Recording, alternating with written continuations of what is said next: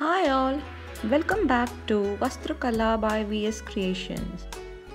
From time immemorial, designers have taken inspiration from the nature to make our dresses and living spaces lively and delightful.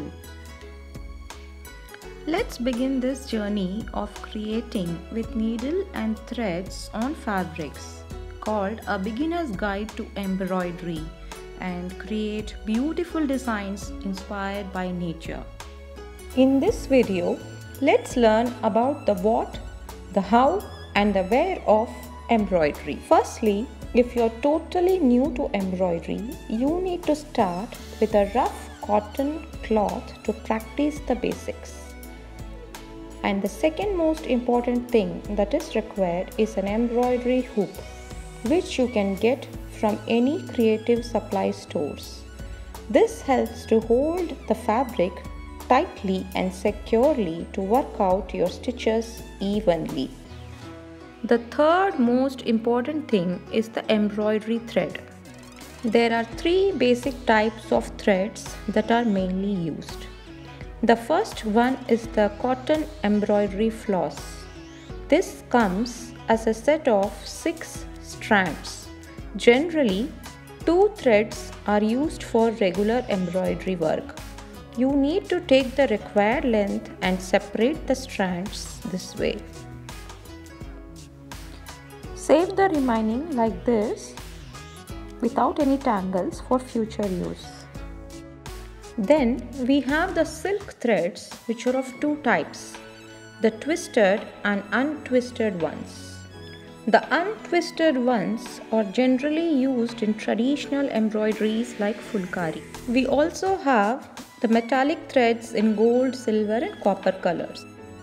And then we need the regular supplies of art like scale, scissor and a pencil which does not leave a very dark impression or mark on the fabric while making the designs. Select longer needles with bigger eye which are specially suitable for embroidery purpose.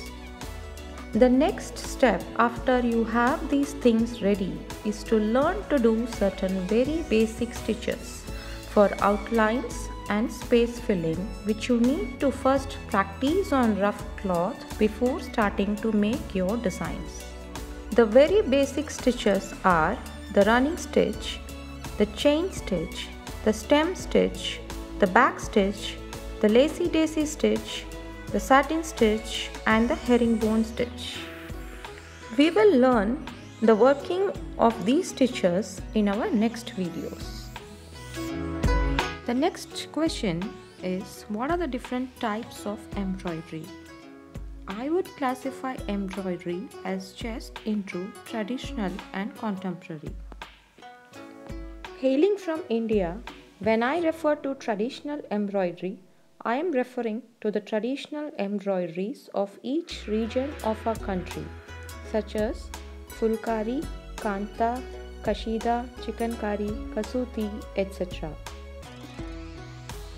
If you look, some basic stitches such as the running stitch, satin stitch, herringbone stitch and the chain stitch are universally used both in contemporary and traditional embroideries. It's just the style of application and the threads and motifs used in a particular way that create the unique effect. So, in the upcoming videos, we will see these embroidery forms also.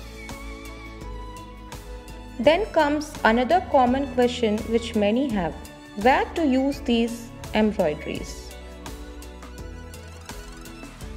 Once you learn about the various techniques and the stitches, it's your own creativity to apply them and bring out the designer in you. Come, join this journey with me, subscribe and share this channel with your friends. See you all soon with the next tutorial.